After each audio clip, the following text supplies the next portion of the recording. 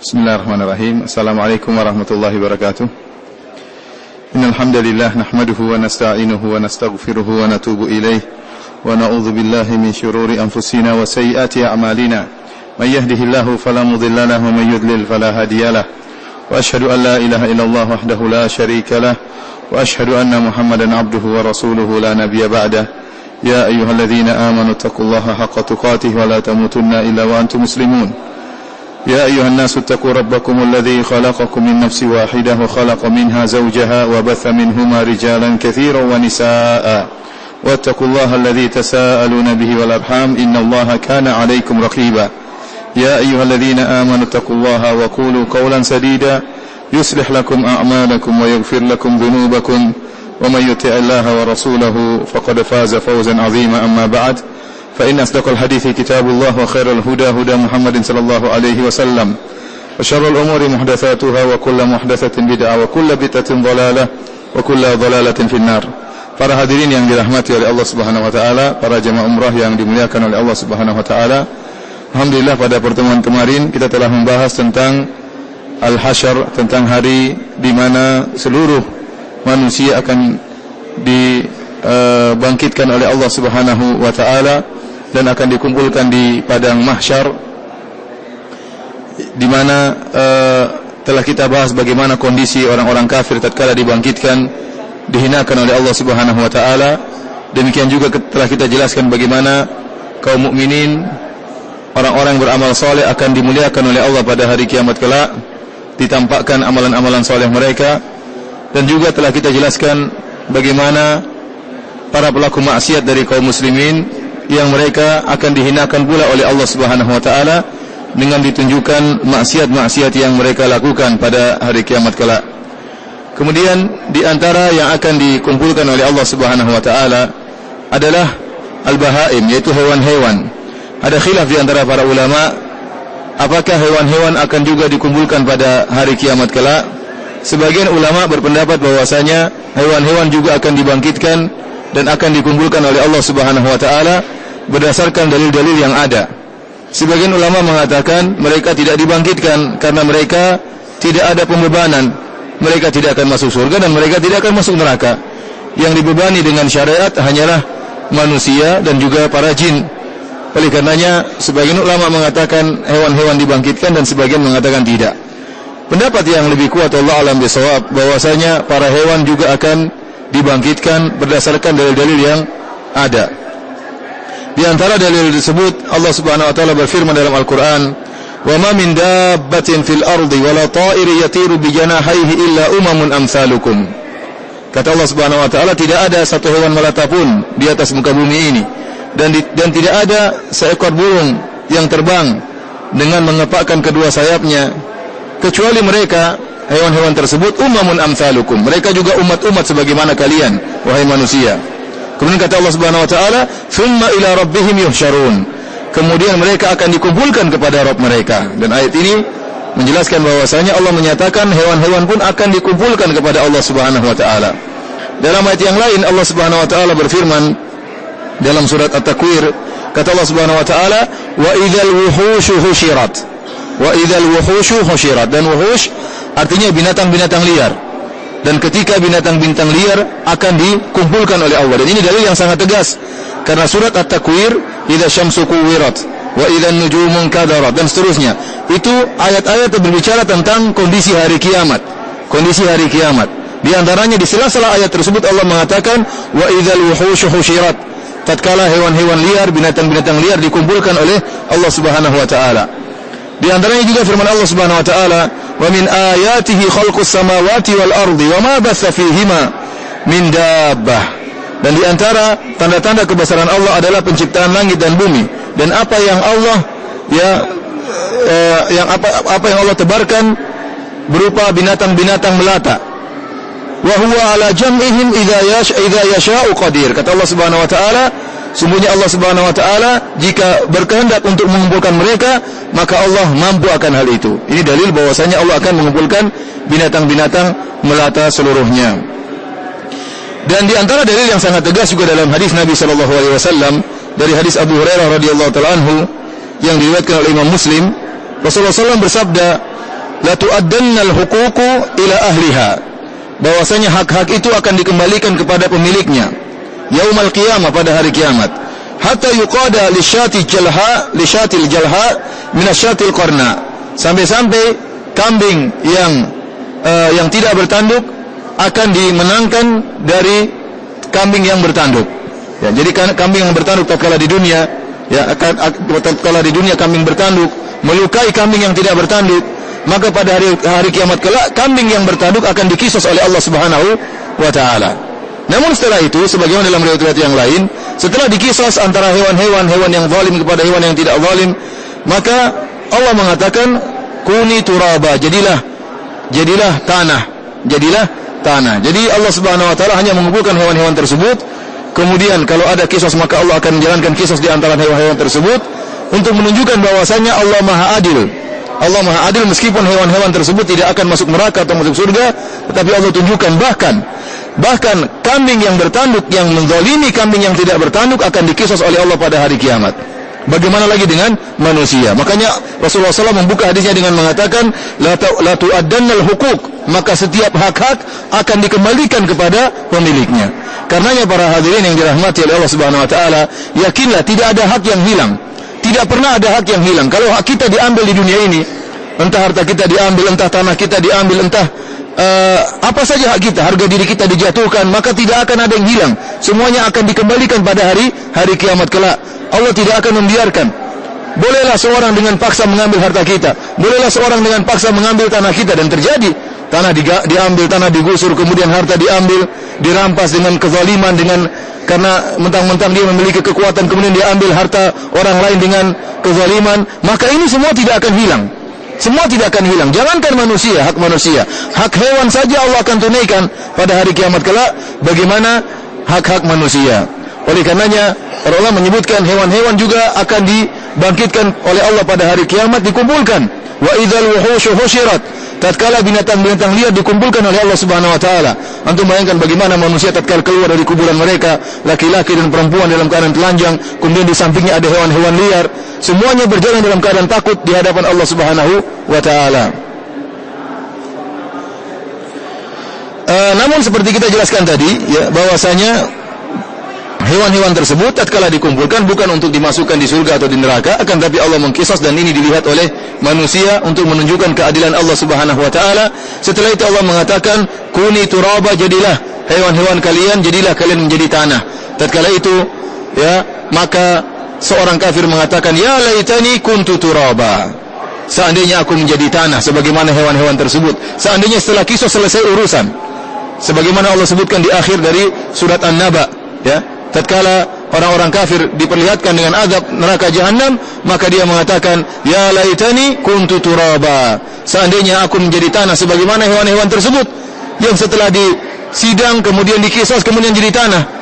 Tetapi orang kafir tidak demikian. Setelah dikisos mereka akan dimasukkan dalam neraka jahanam. Maka dia pun menyesal dan dia berangan-angan untuk menjadi tanah sebagaimana hewan-hewan tersebut. Tetapi hewan-hewan berbeda dengan manusia. Manusia tempatnya taklif, tempatnya pembebanan, tempatnya ujian di dunia, diperintah oleh Allah Subhanahu wa taala, sehingga mereka akan mendapatkan balasan apakah di surga ataupun di neraka jahanam. Para hadirin rahmati Allah Subhanahu wa taala, setelah manusia dikumpulkan semuanya di sa'idin wahid, di dataran yang sangat luas, sebagaimana kita jelaskan kemarin, wa idzal ardu muddat, tatkala bumi didatarkan oleh Allah Subhanahu wa taala, yauma tubaddalul ardu ghairal ardi, hari di mana Allah akan mengganti bumi dengan bumi yang lain, itu dimodifikasi oleh Allah Subhanahu wa taala. Disebutkan dalam hadis Nabi sallallahu alaihi wasallam menyatakan manusia akan dikumpulkan dalam suatu padang yang luas, yang putih, ya, tidak ada lembah, tidak ada gunungnya, laisa fiha ma'lamun li ahad, dan tidak ada tanda-tanda milik seorang pun. Tidak ada tanda ini tanahnya si fulan, atau ini jalan menuju ini, atau ini kota ini, enggak ada. Datar semuanya. La tara fiha iwaja wala amta. Engkau tidak akan melihat ada gunung dan tidak ada lembah. Tanah yang datar, dikumpulkan seluruh manusia. Kemudian tadulu syams, kemudian Allah menurunkan matahari dengan jarak 1 mil. Dengan jarak 1 mil, maka seluruh manusia dikumpulkan pada hari tersebut. Yang hari tersebut, ya, seperti apa? Khamsina alfasanah, seperti 50.000 tahun hari penungguan tersebut. Disitulah manusia akan merasa kepayahan, di mana matahari dengan jarak yang sangat dekat kemudian keluarlah keringat mereka dengan begitu banyak, dan keringat keluar bercucuran sesuai dengan kadar keimanan seseorang. Semakin seorang melakukan banyak kemaksiatan, maka keringat akan semakin banyak, ya, memenuhi dia, sampai ada keringat yang sampai di mulut seseorang, sebagaimana dijelaskan oleh Nabi sallallahu alaihi wasallam. Dalam hadis kata Nabi sallallahu alaihi wasallam, "Tudna syamsu yaumal qiyamati minal khalqi hatta takuna minhum kamiqdari mil." Matahari, kata Nabi sallallahu alaihi wasallam, matahari akan diturunkan pada hari kiamat dekat dengan makhluk sampai jaraknya cuma 1 mil. Fayakunun nas ala qadri a'malihim fil araq. Kata Nabi SAW, maka manusia kondisinya sesuai dengan kadar amalan mereka dalam masalah keringat. Karena keringat bercucuran, bagaimana matahari sangat panas luar biasa. Dan telah kita jelaskan bahwasanya manusia tatkala dibangkitkan dimodifikasi tubuh mereka sampai-sampai mereka di bawah terik matahari mereka tidak mati. Sekarang kalau matahari diturunkan sedikit, kita semua sudah meninggal dunia, tidak kuat dengan rasa panas yang ada dari matahari. Akan tapi pada hari tersebut, meskipun jaraknya 1 mil, ya, manusia kuat, namun keringat mereka bercucuran. Kata Nabi SAW, "Faminhum man yakunu ila ka'baihi." Di antara mereka ada yang keringatnya sampai di kedua mata kakinya. Wa minhum man yakunu ila rukbatayhi. Di antara mereka ada yang keringatnya sampai di kedua lututnya. Wa minhum man yakunu ila haqawayhi. Di antara mereka ada yang keringatnya sampai di pinggang mereka. Wa minhum man yujimuhul araqu iljaman. Dan di antara mereka ada yang keringatnya sampai ke mulut mereka. Wa asyara Rasulullah sallallahu alaihi wasallam biyadihi ila fih. Rasulullah SAW mengisyaratkan kepada mulutnya. Semakin orang semakin melakukan banyak kemaksiatan, maka semakin ditenggelamkan oleh keringat-keringat mereka.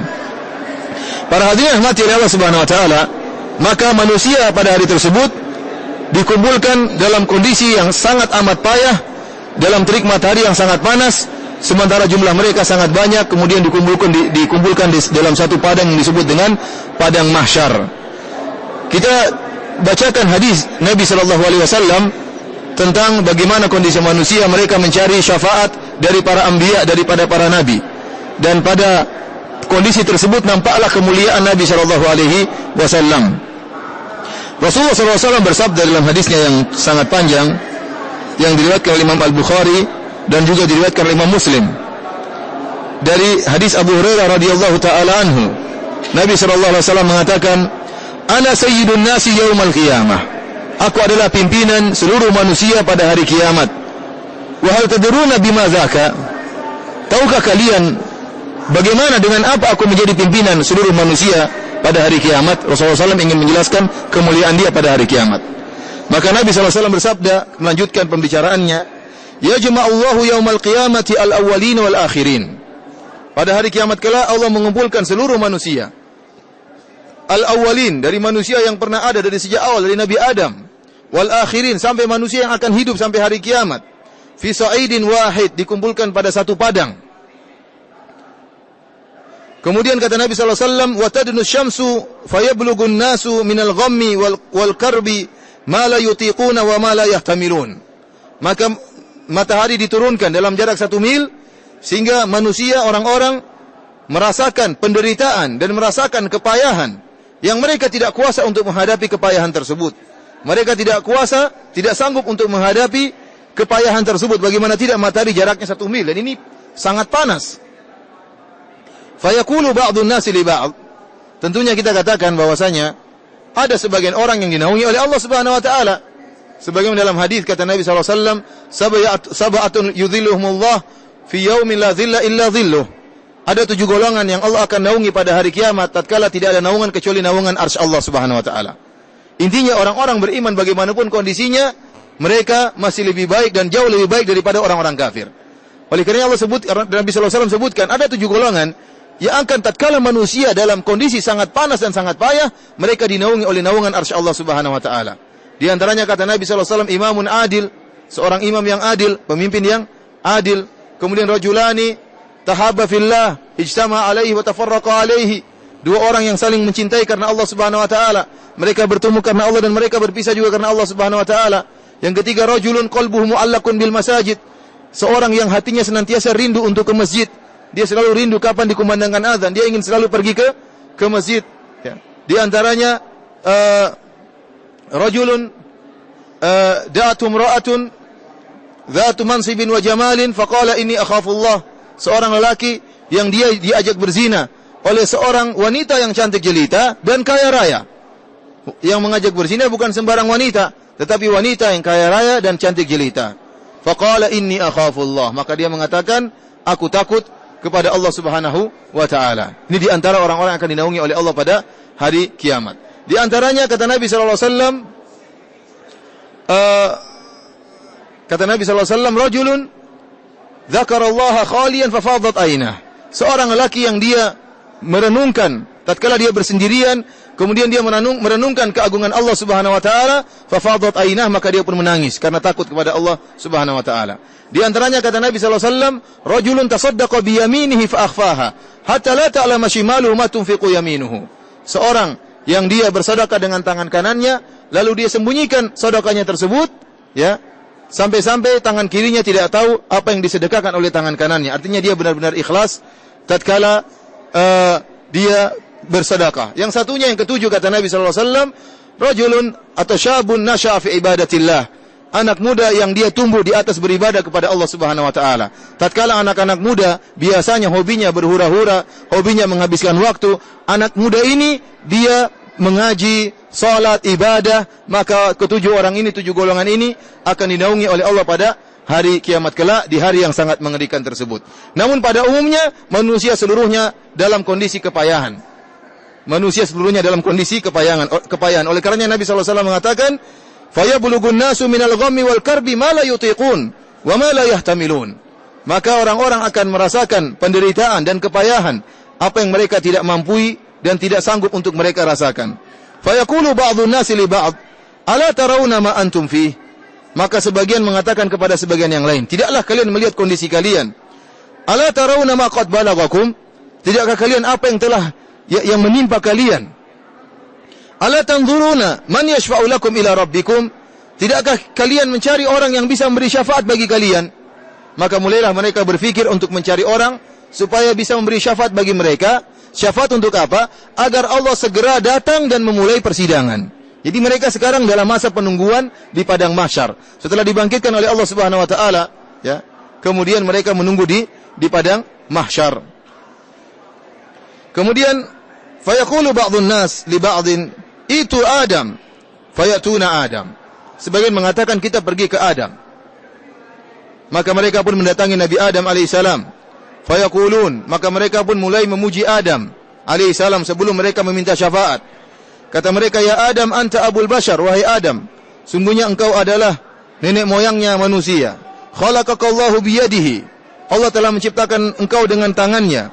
Wa nafakha fika min ruhihi, dan Allah telah meniupkan ruhnya kepada engkau, yaitu ruh, bukan ruhnya Allah, tetapi ruh dari ruh-ruh yang Allah ciptakan. Sebagaimana Allah meniupkan ruh kepada Nabi Isa, Allah juga meniupkan ruh kepada Nabi Adam. Bukan dari ruh Allah, tidak. Tetapi Allah menciptakan ruh dan Allah tiupkan kepada, ya, yaitu ruhnya, yaitu ruh ciptaan Allah Subhanahu wa taala, Allah tiupkan kepada Nabi Adam. Wa amara al-malaikata fasajadu laka. Dan Allah Subhanahu wa taala telah merintahkan para malaikat untuk sujud kepada engkau. Ishfa' lana ila rabbik. Tolong berilah syafaat bagi kami di sisi Rabbmu. Lihatlah bagaimana manusia tatkala itu, ya, diberi ilham oleh Allah untuk mendatangi pertama kali Nabi Adam alaihissalam. Manusia diberi ilham oleh Allah untuk mendatangi Nabi Adam, dan mereka tahu Nabi Adam mulia, adalah nenek moyang para manusia, dan mereka memuji Nabi Adam. Wahai Adam, engkau memiliki kelebihan, engkau diciptakan oleh Allah dengan kedua tangannya, kemudian ditiupkan ruhnya kepada engkau, dan engkau, Allah merintahkan malaikat untuk sujud kepada engkau. Berilah syafaat bagi kami. Ala tara ila ma nahnu fihi? Tidakkah kau lihat bagaimana kondisi kami, wahai Adam? Ala tara ila ma qad balagana? Tidakkah kau lihat apa yang telah kami rasakan sekarang ini? Fayaqulu Adam, maka apa jawaban Adam alaihissalam? Inna rabbi ghadibal yawma ghadaban lam yaghdab qablahu mithlahu. Sungguhnya Rabbku pada hari ini sangat marah, dan Allah tidak pernah marah sebelumnya seperti ini. Walan yaghdab ba'dahu mithlahu, dan Allah tidak akan pernah marah semarah ini sesudahnya. Wa innahu nahani 'ani syajarati fa asaituhu. Sungguhnya Allah pernah melarang saya untuk mendekati sebuah pohon, namun saya bermaksiat kepada Allah Subhanahu wa taala. nafsi, nafsi. Kata Nabi Adam, nafsi, nafsi. Nabi Adam i'tidhar, dia mengatakan saya tidak bisa menolong kalian. Saya tidak bisa memberi syafaat. Kenapa? Saya sendiri pernah bersalah. Allah telah melarang saya untuk mendekati sebuah pohon, namun saya dekati. Kata Nabi Adam, nafsi, nafsi. Apa artinya nafsi, nafsi? Artinya dia mengatakan, jiwaku, jiwaku juga berhak untuk diberi syafaat. Bukan sebagaimana terjemahan kebanyakan orang, nafsi, nafsi, masing-masing urusannya sendiri-sendiri. Bukan begitu maksudnya. Tapi maksudnya nafsi-nafsi sebagaimana dijelaskan oleh para ulama, nafsi-nafsi artinya Nabi Adam mengatakan, jiwaku, jiwaku juga butuh untuk diberi syafaat. Bagaimana saya memberi syafaat kepada kalian sementara saya sendiri butuh syafaat? Di sini Ibnul Jauzi rahimahullah menyebutkan, lihatlah Nabi Adam alaihissalam, bagaimana ketakutan yang dirasakan oleh Nabi Adam alaihissalam. Beliau melakukan suatu dosa, mendekati sebuah pohon, kemudian makan dari buah dari pohon tersebut. Dan dosa ini Nabi Adam alaihissalam sudah bertobat darinya. Dan Allah telah menerima taubat Nabi Adam. Memang Allah mengatakan, wa asa Adamu rabbahu faghawa. Adam bermaksiat kepada Allah dan dia pun tersesat tatkala memakan buah dari pohon tersebut. Tetapi Adam telah diterima taubatnya oleh Allah Subhanahu wa taala. Fatalaqa Adamu min rabbih kalimatin fataba alaihi. Fataba alaihi, Allah telah menerima taubat Nabi Adam alaihissalam. Meskipun dosa tersebut telah diampuni oleh Allah dan Allah telah menghukum Nabi Adam dengan diturunkan ke bumi, sudah dihukum oleh Allah dan telah diterima taubatnya oleh Allah, namun Nabi Adam tetap tidak pede pada hari tersebut, tetap mengingat kesalahannya, kesalahan yang sudah diampuni oleh Allah Subhanahu wa taala. Maka bagaimana dengan selain Nabi Adam yang melakukan banyak dosa dan belum jelas dosanya diampuni oleh Allah atau tidak? Oleh karenanya pada hari tersebut Nabi Adam alaihissalam mengatakan, Allah sedang murka pada hari ini. Bagaimana saya memberi syafaat kepada kalian sementara saya sendiri pernah bermaksiat dan Allah pernah marah kepada saya? Kemudian dia mengatakan, nafsi, nafsi, jiwaku sendiri saat ini butuh untuk diberi syafaat. Bagaimana saya memberi syafaat kepada kalian? Kemudian kata Adam, idhabu ila ghairi, idhabu ila Nuh. Kata Nabi Adam, cobalah kalian pergi kepada nabi yang lain. Pergilah kalian kepada Nabi Nuh. Maka Adam alaihissalam memberi isyarat kepada manusia tatkala itu untuk pergi minta syafaat kepada Nabi Nuh alaihissalam.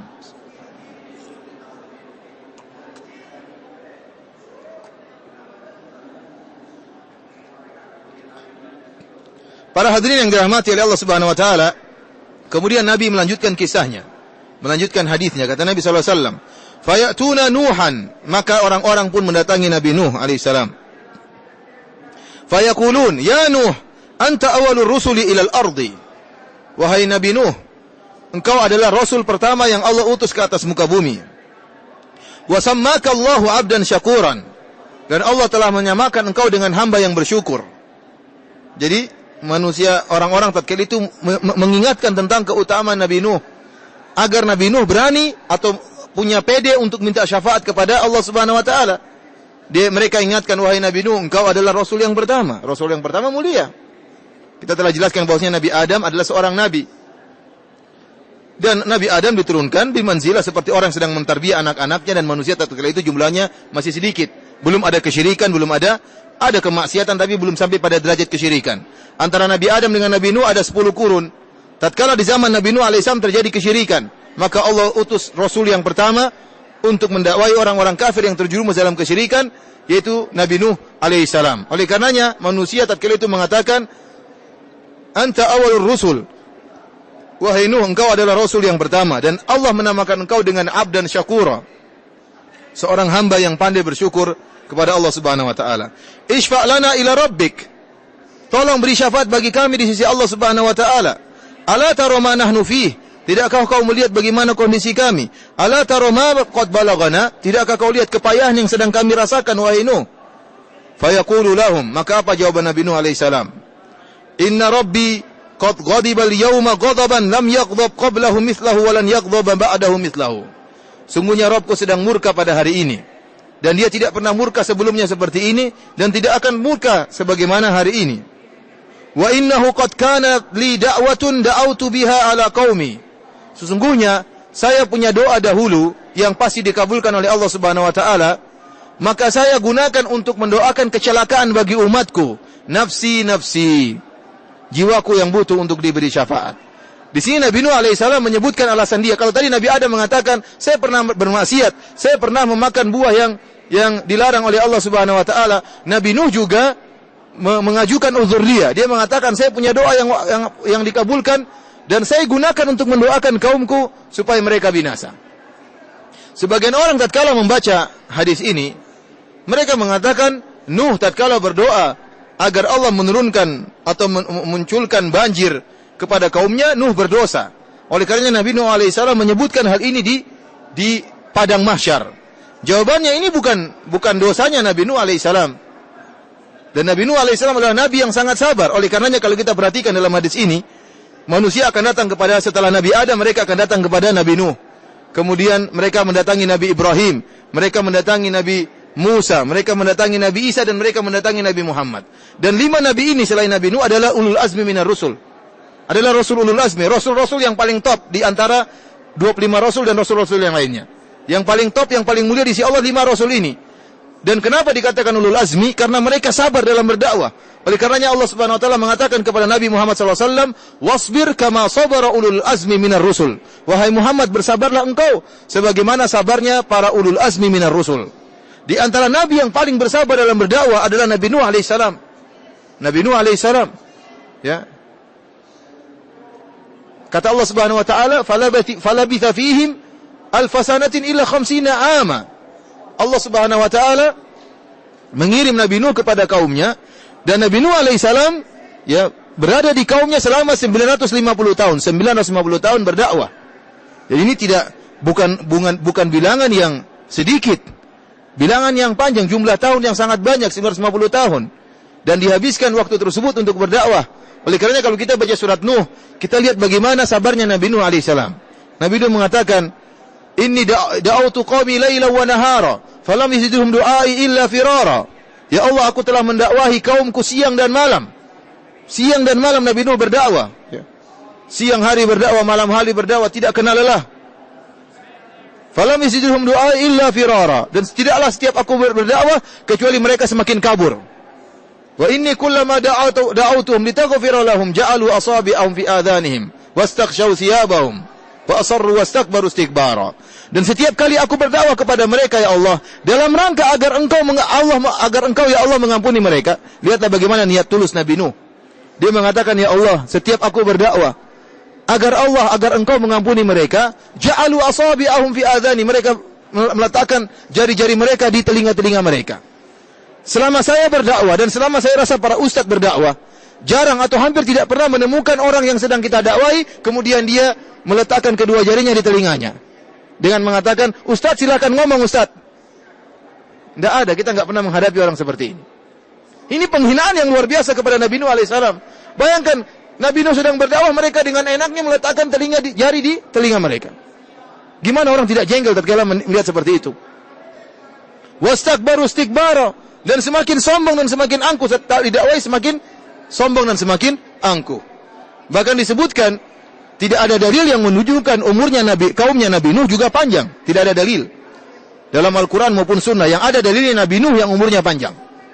Oleh karenanya sebagian ahli tafsir menyebutkan Nabi Nuh alaihissalam tatkala berdakwah muncul generasi dan generasi dan generasi.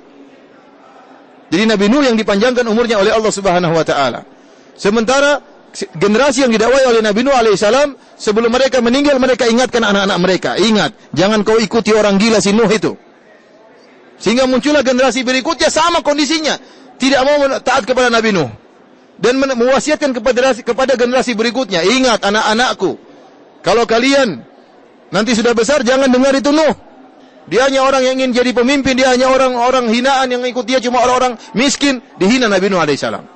Bahkan disebutkan dalam sebagian ahli tafsir, buku-buku tafsir, Nabi Nuh kalau berdakwah dipukulin, kemudian dimasukkan dalam semacam karpet, kemudian dilempar. Ternyata Nabi Nuh masih hidup. Allah panjangkan umurnya Nabi Nuh alaihissalam. Bagaimana sabarnya Nabi Nuh alaihissalam? Kemudian di ujung-ujungnya akhirnya Nabi Nuh alaihissalam berdoa agar mereka celaka. Ini yang Nabi Nuh menyebutkan. Minta uzur karena dia punya uzur, dia pernah mendoakan kaumnya untuk celaka. Dan tidaklah Nabi Nuh mendoakan mereka celaka kecuali setelah Allah kabarkan dalam Al-Quran. Allah sebutkan, wa uhiya ila Nuhin annahu la yu'mina min qaumika illa man qad aman. Dan diwahyukan kepada Nabi Nuh alaihissalam bahwasanya tidak akan beriman kepada engkau wahai Nuh kecuali orang-orang yang telah beriman. Jangan kau harapkan, karena Allah telah mengatakan lan yu'min, tidak akan beriman. Jadi setelah Nabi Nuh diberitahu oleh Allah, mereka tidak bakalan beriman dengan engkau, dan setelah ratusan tahun, hampir 1000 tahun Nabi Nuh berdakwah dan hasilnya begitu-begitu saja, maka di akhirnya Nabi Nuh berdoa, ya Allah hancurkan mereka. Namun ini bukan kesalahan Nabi Nuh alaihissalam. Kita bayangkan kalau kita di kondisi Nabi Nuh alaihissalam, berdakwah umatnya seperti itu, kacau, ya. Kemudian mengejek, menghina, dipukul Nabi Nuh alaihissalam. Kemudian datang generasi berikutnya juga demikian, generasi berikutnya juga demikian. Dan Allah kemudian memvonis, mengatakan, lan yu'mina min qaumika illa man qad aman. Tidak akan ada dari kaum engkau yang beriman, wahai Nuh. Dari situ Nabi Nuh alaihissalam berdoa agar Allah membinasakan mereka. Para hadirin yang dirahmati oleh Allah Subhanahu wa taala, Allah tidak pernah menyuruh Nabi Nuh untuk berdoa agar kaumnya binasa, tidak. Yang terbaik adalah tetap bersabar sampai Allah yang menurunkan keputusannya. Jadi Nabi Nuh alaihissalam hanya melakukan perkara, bukan dosa yang dia lakukan, tetapi perkara yang lebih utama dia tinggalkan. Seharusnya dia bersabar saja. Tidak perlu dia mendoakan kecelakaan kepada umatnya sampai Allah yang turunkan kebinasaan bagi mereka. Tetapi Nabi Nuh karena melihat kondisi yang sudah parah dan tidak ada manfaatnya, dan Allah mengatakan mereka tidak akan beriman, maka dia berdoa, ya Allah celakakan mereka. Doa ini dijadikan uzur oleh Nabi Nuh alaihissalam. Dijadikan uzur oleh Nabi Nuh alaihissalam, membuat dia tidak pede pada hari kiamat untuk memberi syafaat. Kenapa? Dia telah melakukan sesuatu yang kurang utama, meninggalkan yang utama dan meninggalkan yang kurang utama. Dan bukan dosa, bukan kesalahan. Karena kita dapati sebagian orang menyalahkan Nabi Nuh. Nabi Nuh salah, masa dia berdoa demikian mencelakakan umatnya, padahal di antara umatnya ada anak-anak kecil. Seperti itu, mereka merendahkan Nabi Nuh. Kita bantah, tidak demikian. Nabi Nuh sudah generasi bergenerasi semuanya membangkang, dan Allah telah kabarkan bahwasanya umat dia tidak akan beriman kepada Nabi Nuh, yang mengabarkan siapa? Allah Subhanahu wa taala. Dan tatkala Allah meninggalkan, menjadikan anak-anak kecil juga ikut binasa, ada pendapat mengatakan tidak ada anak kecil tatkala itu. Sebagaimana disebutkan dalam sebagian tafsir. Setelah Nabi Nuh, ya, di akhir hayat mereka, Allah menjadikan mereka pada mandul semua sehingga tidak ada anak-anak. Kemudian Nabi Nuh kemudian berdoa agar mereka binasa. Intinya, ada anak-anak atau tidak ada anak-anak, kalau ada anak-anak yang ikut meninggal, maka itu yang terbaik bagi mereka daripada mereka besar kemudian jadi orang-orang kafir. Intinya Nabi Nuh alaihissalam tidak melakukan dosa, tetapi dia meninggalkan sesuatu yang lebih utama, ya, yang seharusnya dia lakukan, dia bersabar saja. Seharusnya dia lakukan, dia bersabar saja sampai Allah yang menurunkan keputusan. Namun karena dia mengatakan setelah 950 tahun berdakwah dan dia mengetahui bagaimana kaumnya, dan Allah telah menyatakan mereka tidak akan beriman, maka dia pun mendoakan kecelakaan bagi kaumnya. Jadi jangan pernah kita mencela Nabi Nuh alaihi salam. Para hadirin yang dirahmati oleh Allah Subhanahu wa taala. Kemudian Nabi Nuh mengatakan, nafsi, nafsi. Jiwaku ini yang butuh untuk syafaat. Bagaimana saya memberi syafaat? Saya sendiri butuh dengan syafaat. Kemudian idhabu ila Ibrahim. Kata Nabi Nuh, pergilah kalian kepada Ibrahim alaihissalam. Jadi menunjukkan Nabi selanjutnya. Maka berangkatlah. Fayatuna Ibrahim. Maka manusia semua berjalan menuju Ibrahim alaihissalam. Fayakulun. Mulailah mereka memuji Nabi Ibrahim. Anta Nabiullah. Engkau adalah Nabi Allah. Wa khaliluhu. Engkau adalah kekasih Allah. Min ahlil ard.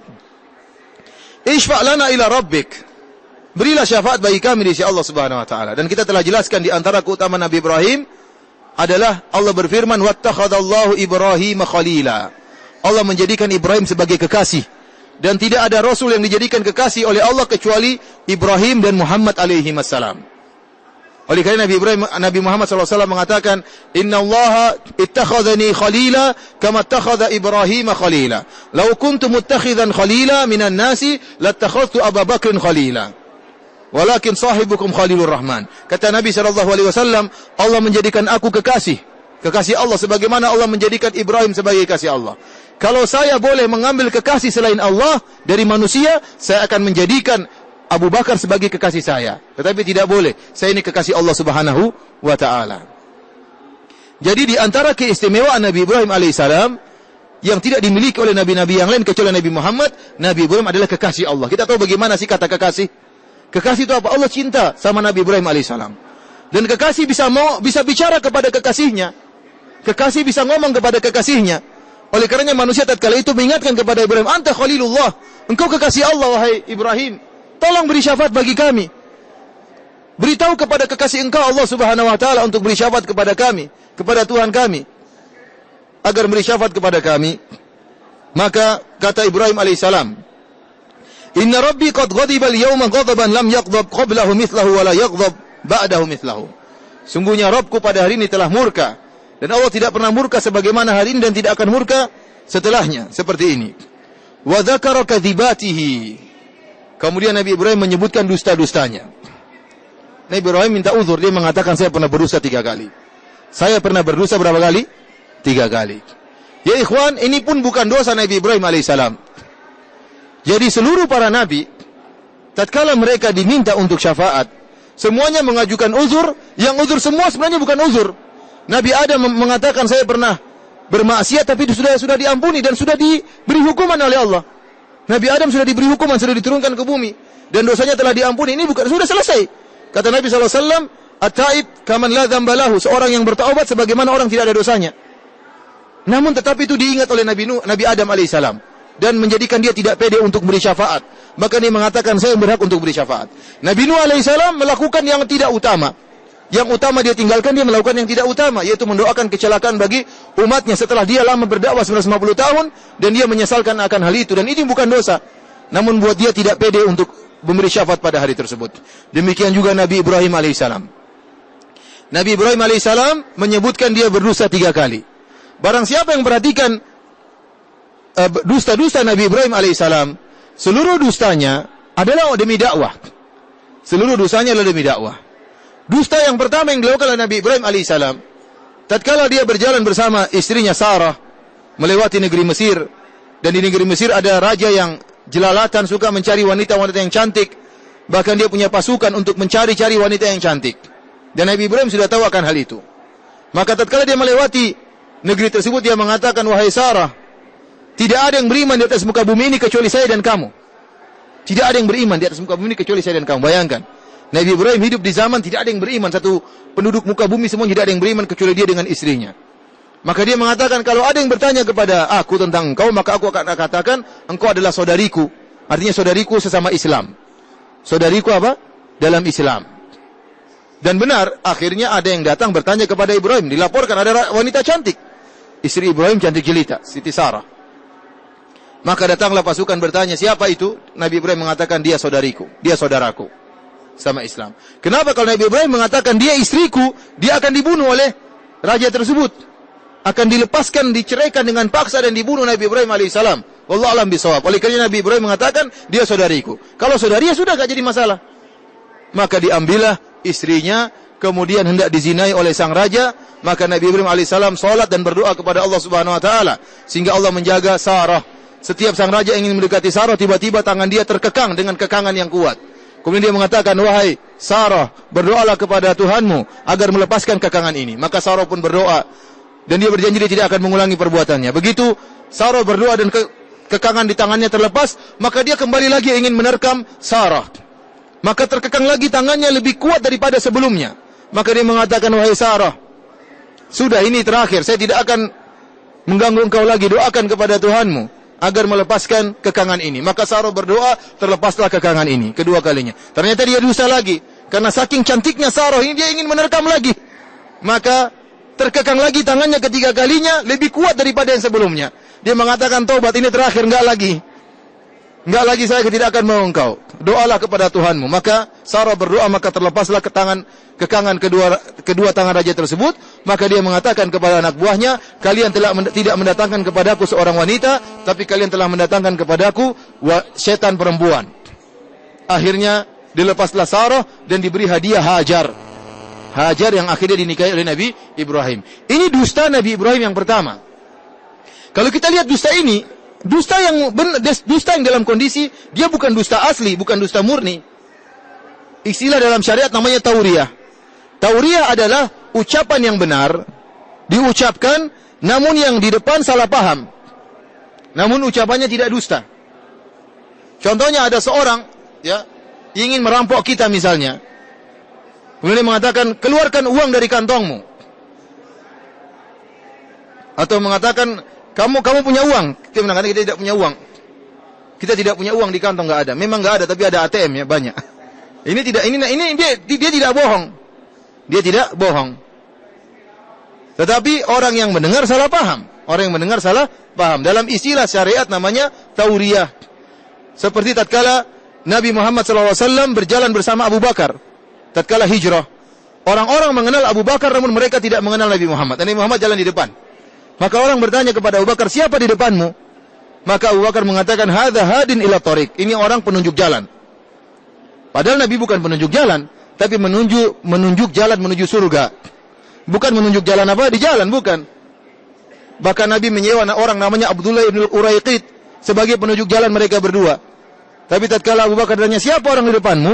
Kata Abu Bakar, dia adalah penunjuk jalan. Maksudnya penunjuk jalan menuju apa? Surga. Dan ini namanya tauriyah. Dan ini boleh. Ini boleh terutama dalam kondisi-kondisi yang terdesak. Dalam kondisi-kondisi darurat. Boleh seorang melakukan demikian. Tatkala ada sebagian ulama dikatakan, apakah Al-Quran itu makhluk? Al-Quran makhluk atau bukan? Maka dia mengatakan, At-Taurat, wal-Injil, wal-Zabur, wal-Suhuf, wal-Quran, kullu hadhihi makhluqah. Kata dia bahwasanya, Injil, Taurat, Zabur, Suhuf, dan Al-Quran, ini semua jari-jari ini adalah makhluk. Bukan Qurannya yang makhluk, tapi apa? Dia bilang apa? Ini semua apa? Makhluk, ini jari saya yang makhluk. Ini dalam kondisi apa? Tauriyah. Ini boleh dalam kondisi apa? Terdesak. Demikian Nabi Ibrahim alaihissalam, dia tidak berdusta, dia mengatakan siapa ini? Sarah adalah saudariku. Benar. Saudari dalam Islam dan tidak ada orang Islam di atas muka bumi kecuali dia dengan apa? Istrinya tatkala itu. Ini dusta yang menjadi penyesalan Nabi Ibrahim tatkala hari kiamat. Padahal dosa tersebut bukan dosa. Bukan dosa. Bahkan itu yang mestinya dilakukan untuk menyelamatkan dirinya dan menyelamatkan istrinya. Kemudian dusta yang kedua, tatkala Nabi Ibrahim alaihissalam diajak oleh kaumnya untuk mengikuti acara mereka, ada acara hari raya mereka keluar dari kota mereka kemudian mengadakan acara hari raya. Maka seluruh penduduk kampung diajak. Mereka pun mendatangi Nabi Ibrahim. Diajak, kata Nabi Ibrahim, inni saqim. Saya ini sakit. Padahal Nabi Ibrahim tidak sakit. Padahal Nabi Ibrahim tidak sakit. Namun Nabi Ibrahim punya rencana. Kalau mereka semua pergi dari kota, saya akan hancurkan patung-patung mereka. Jadi dia tidak mau ikut untuk keluar kota supaya ada kesempatan kota lagi sepi, dia hancurin patung-patung sembahan mereka. Maka dia mengatakan inni saqim, saya sakit. Dan dalam bahasa Arab, saqim adalah isim fa'il. Dan dalam isim fa'il, dalam bahasa Arab isim fa'il menunjukkan kejadian sekarang atau kejadian akan datang. Seperti orang mengatakan kepada engkau mau ke mana? Inni zahib, saya akan pergi. Jadi isim fa'il dalam bahasa Arab maknanya bisa saya sedang pergi atau saya akan pergi. Tatkala Nabi Ibrahim mengatakan inni saqim, dia tidak mengatakan saqim atau saqamtu, saya telah sakit. Tapi dia mengatakan inni saqim. Yang artinya dalam bahasa Arab bisa artinya saya sedang sakit atau saya akan sakit. Dan Nabi Ibrahim tidak dusta, dia akan sakit, namanya manusia pasti akan sakit. Fa idza maridtu fa huwa yashfin. Dalam Al-Qur'an Nabi Ibrahim mengatakan, jika saya sakit Allah yang menyembuhkan saya.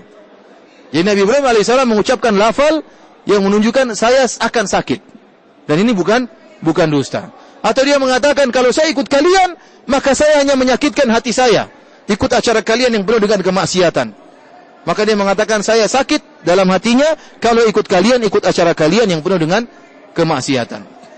Ini dusta kedua yang dianggap dusta oleh Nabi Ibrahim.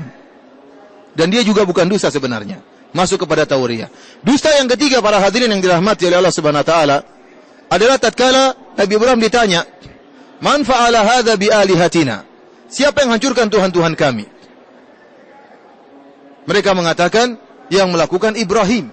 Maka mereka bertanya kepada Ibrahim, "Anta fa'alta hadza bi alihatina ya Ibrahim?" Apakah kau yang menghancurkan patung-patung kami wahai Ibrahim? Ibrahim alaihissalam menjawab, "Bal fa'alahu kabiruhum hadza."